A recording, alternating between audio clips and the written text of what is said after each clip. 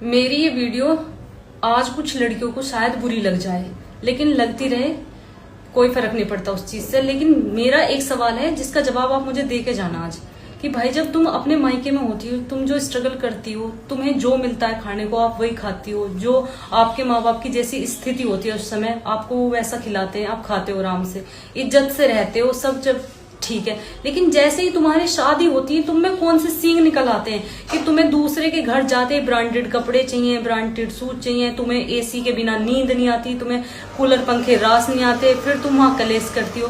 भाई तुम दूसरे का घर बसाने गई हो या दूसरे का घर उजाड़ने गई हो, और अगर माँ बाप तुम्हारे उस चीज में फिर तुम्हारा सपोर्ट करने आ जाते हैं। भाई मैं भी एक लड़की हूँ और मैं अपने घर की बात आपको बता रही हूँ।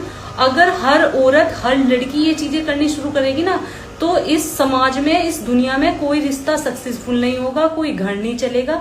अगर ऐसा होता ना तो आज यहाँ मैं होती ना आप होते। क्योंकि जब मेरी मम्मी की मेरे पापा से शादी हुई थी ना, मैंने अपने घर की स्थिति देखी है। तब मेरे पापा की नौकरी भी नहीं थी और फिर भी हम पाले भी उन्होंने। मेरी मम्मी ने पापा के साथ स्ट्रगल भी करा, हमें पढ़ाया भी, लिखाया भी, कामयाब भी कर दिया। आज अगर हर औरत यही सोच ले कि बिल्कुल हमने अपने बिहार में तो जो करा, हमें ससुराल में पूरी फैसिलिटी चाहिए, भाई थिंकिंग को थोड़ा बदलो, थोड़ा बदलने की जरूरत है। जो वे ससुराल वाले हैं वे भी इंसान है, वे एलियन नहीं है, ना दूसरे ग्रह से आए कि वो तुम्हें एकदम इतनी फैसिलिटी दे देंगे। तुमने अपने घर भी कभी इन चीजों की डिमांड करी? पर नहीं। माँ बाप के घर आप सहन कर लोगी, लेकिन ससुराल में आपसे सहन नहीं होगा। और जो ये ज्यादातर महिलाएं, मोस्टली लड़कियां कर रही है ना, इनके चक्कर में जो दो चार बेचारी परेशान है ना, उनकी ओर नहीं सुनी जा रही है, सबको फिर एक राह हक्का जा रहा है। तो बहनों थोड़ा सा अपने माइंड को चेंज करो, इन चीजों से काम नहीं चलेगा।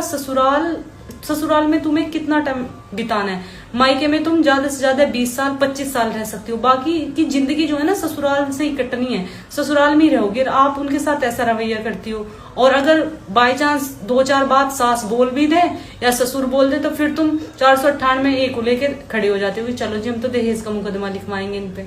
भैया ना हर चीज का समाधान मुकदमा है, ना हर चीज का समाधान कलेश है।